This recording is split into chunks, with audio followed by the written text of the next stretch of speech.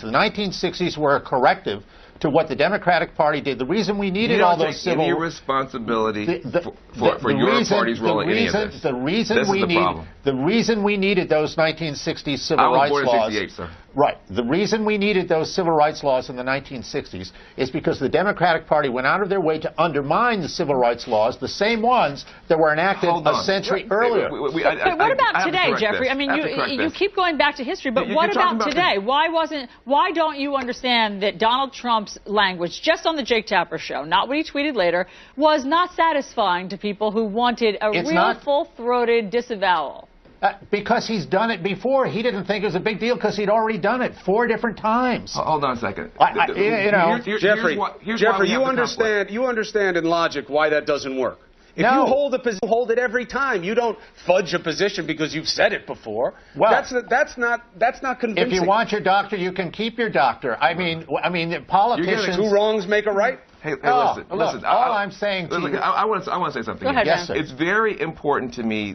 There's something wrong with this particular view that because the horrible racist Dixiecrats in the South did horrible racist things, and they did horrible racist things for a long time. In fact, for political reasons. Hey, let me finish. Yes, sir. Let me finish. For a long time, they did horrible racist things.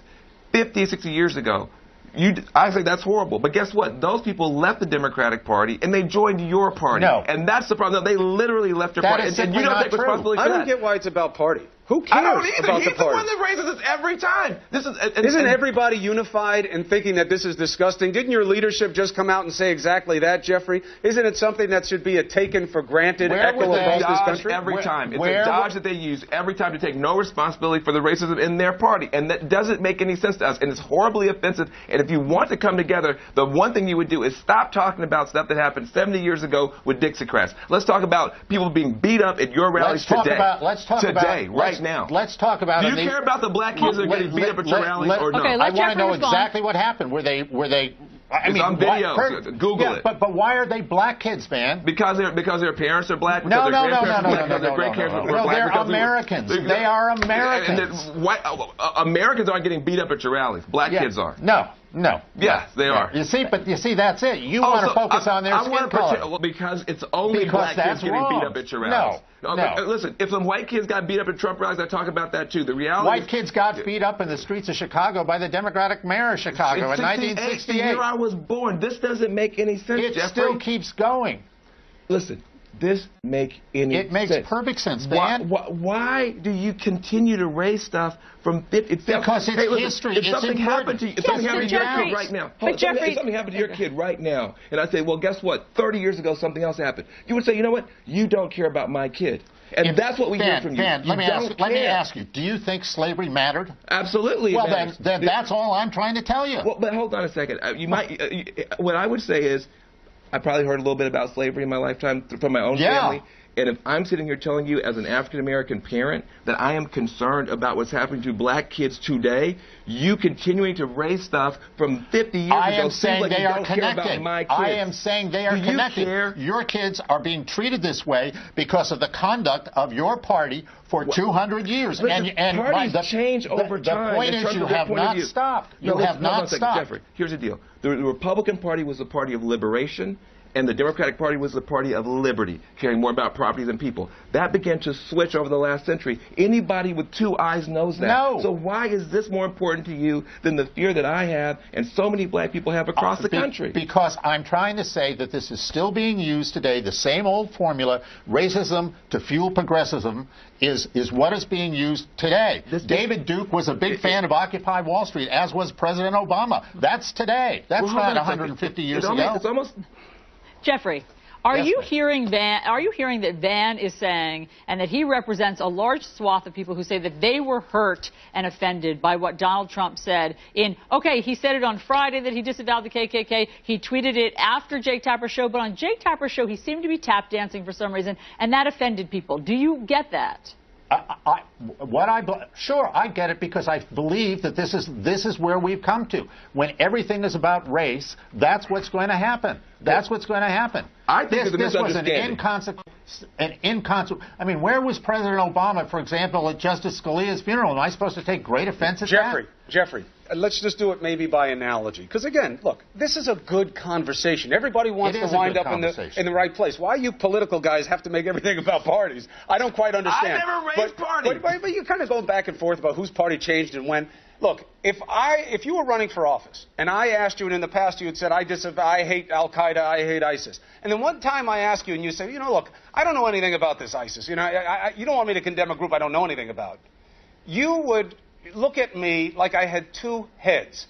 That is the analogy to this situation. Chris. He disavowed David Duke in the past. He knew damn well who he was. And for some reason he didn't pull the trigger this time. What I am saying to you is that to suggest that is what I hear is that the undertone of all this is to paint Donald Trump and the conservative movement, Rush Limbaugh, everybody, as a bunch of white supremacists. That's what I hear. I don't accept that, by the way. I don't accept that premise. I actually reached out to Trump as soon as I could after it and said, you should come on and clarify this because I haven't heard you say anything like this before. So certainly I wasn't looking to debate it. What I'm saying, Jeffrey, is what other explanation is there for backing off a position that you supposedly so strongly hold? Chris, you are attributing deliberateness to this. Yeah, I mean, there's no reason for him to deliberately do it when he'd done it the other way repeatedly. So you think that it was not deliberate? What happened it was not deliberate. That was an accident. I'm going to say something here. If you're African American and you're watching this, with regard, I can't tell you, this thing trended on Twitter for 2 hours globally last night. I've heard from everybody I've ever known for lived in third grade. The reason that African Americans flinched, not just when he kind of hedged a little bit, which may have been a dog whistle, may not have been. We were upset earlier because he goes, well, look, I disavow. Hold on a second. I disavow? ISIS endorses me? I disavow. Let's move on. Wait a minute, there's a moment there, a leadership moment to aggressively say, I don't want this, these people are wrong. Everything you see about Donald Trump is passion, and he will do something, and it will take a whole media cycle. You're being endorsed by the equivalent of ISIS, and all you say is, I disavow. We were shocked. That sent the shockwaves. Then when he comes back and is even more hedgy, that's when the floor fell out from under the black community. And we are very concerned because this man could be the president. And if you're the president, you should be leading. You shouldn't be hedging. You should be, I have a chance to denounce terrorism in my own country, and you don't do it, and you're Donald Trump, something's wrong. That's our feeling about it. Something's wrong.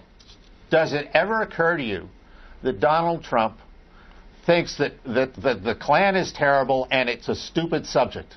Yes. Why is it stupid? Yes. Why? A terrorist organization? Yes. In the United States? I think that's exactly what he believes. Well, then if it's not stupid, then that's the point I'm trying to make to you. That's exactly the point. That this formula of racism plus progressivism is what has been going on in this country for 200 plus years, and it is still being used to this day. Jeffrey, to your point, though, you know Donald Trump very well. I know what it is like when you say something about him that he doesn't agree with, okay? Right. He did not behave that way this time.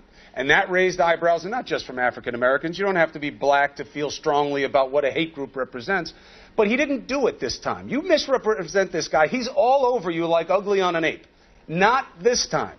This time, he was careful about it. It was uncharacteristic and raised suspicions. He could have just come out and doubled down on it, and again he didn't, and he's had people like you come out instead and say, this is silly. You have to see that it's consistent. I'm not saying it's pernicious, but it's not consistent. Chris, look, everybody makes mistakes as they go along. I mean, I don't know why he answered the way he did, but I'm more than comfortable with the fact that he's not a racist, which is the implication here. Oh, no, if I thought he were a racist, Chris, I would not be here. And I know he would not be here, but that's not the point. I don't think most people think that Donald Trump himself is actually racist. We should just take that off the table. The question is he willing to play funny with racism? No. Hold on, let me finish. You can beat me up. Is he willing to play funny with racism? Is he willing to be inconsistent on this one terrorist group than every other one for political gain? I think they think he's an opportunist, not a racist. Okay, and so, Jeffrey, just respond to that. He's saying that he thinks that Donald Trump did this intentionally because for that base, that small percentage of the country that feels that way, they would rush out in droves to vote for him. But let me clarify. It's a little bit more subtle. I think it's that him being the strong white guy who's not going to get pushed around by the PC stuff. Hold on a second. Strong white guy. Strong guy. Strong white guy who won't get pushed around by the PC stuff is a part of his brand. And if he sees, I think the thing is, if I back down on this one, it's going to hurt me. But I think people think he's opportunistically pushing buttons that can help him and hurt everybody else. And that is the essence of playing the race card. Which right there. Me saying he's playing the race card is me playing the race card? Yes. That's too meta. That's my brain is coming out my head. Yes. You saying he's playing the race card can be you playing the race card. The question is whether it's not appropriate.